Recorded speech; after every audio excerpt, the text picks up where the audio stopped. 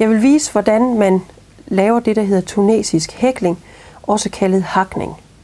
Det man skal bruge en hakkenål, og en hakkenål består af en krog, ligesom til hækling, men så består den af en lang pind, eller hvis man har det her, hvor man skruer en wire på, det kan også godt bruges. Men til det her, jeg viser, der kan man sagtens bruge en helt almindelig lige hakkenål. Det er rigtig godt at tænke på, at den skal være spids ude i enden, fordi så er den lidt nemmere at have med at gøre. Og det jeg bruger, når jeg hakker som begynder, så bruger jeg en tyk nål, og jeg bruger her nummer 4. 4 eller 5 synes jeg er rigtig fint. Og så bruge noget garn, der så passer til, og det her det er nemlig også noget, der passer til 4 og 5. Det første jeg vil vise, det er hvordan man slår op, og man hækler det, der hedder henrækken. Det er den første række, man hækler, og så bagefter det, der hedder tilbagerækken. Det skal jeg nok komme tilbage til. Det vi først skal, det er, at vi skal slå masker op, og det gør man lidt a la hækling.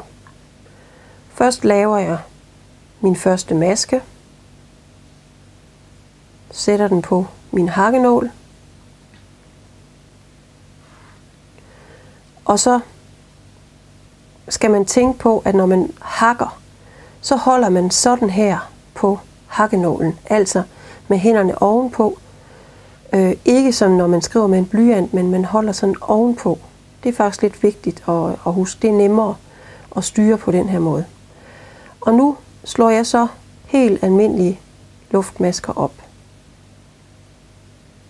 Det her, jeg viser her, det er det første, man skal gøre hver gang man hakker, og man skal begynde på lige meget hvilken teknik man vil hakke. Og for lige at vise her, så hakker jeg lige et vist antal luftmasker, så der er lidt at vise på.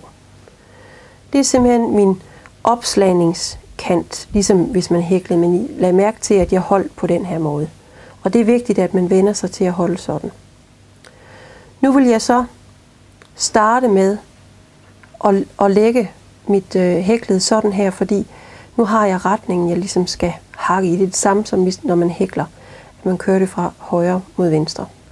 Når jeg skal hakke den første række, som jeg kalder henrækken, altså man hakker hen, så har man allerede en maske ved den første luftmaske, så derfor går man ned i nummer 2 luftmaske fra nålen. Og jeg går ned, ligesom hvis jeg også vil hækle. Jeg går så neden under min tråd og op igennem. Og det, der ligesom er anderledes ved hakning, det er, at nu lader vi ligesom maskerne blive på hakkenålen. Hvis vi havde hæklet, havde vi ligesom fået masken til at forsvinde igen. Nu samler vi ligesom op, og det er det, der hedder en henrække. Altså ned i luftmasken, hen tråden og op på hakkenålen. Så henrækken består i, at man simpelthen hakker masker op på sin hakkenål. Og det fortsætter jeg med hele vejen hen til den sidste opslagede luftmaske.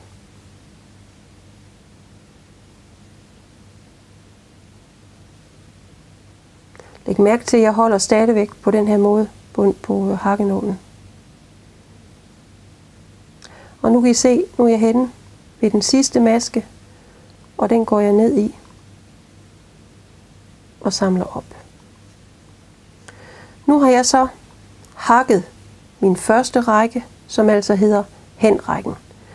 Nu skal jeg så lave det, der hedder tilbagerækken. Og den er faktisk meget nem, fordi det er den samme, man laver lige meget hvilken teknik man hakker, så er tilbagerækken ens. Og den består i, at man først slår om hakkenålen og igennem en maske. Slå om hakkenålen, og så nu tager jeg igennem 2. Og det er det sidste, jeg gentager. Slå om og igennem 2. Slå om og igennem 2.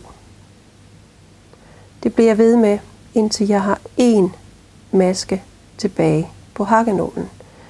Så at sige, tilbagerækken består i at hakke alle de masker, man hentede på henrækken. Dem hakker man ligesom tilbage igen.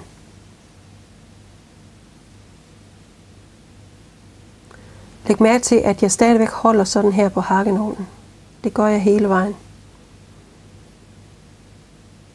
Og jeg er ved at være færdig med min tilbagerække. Og jeg slår om den sidste gang og igennem 2.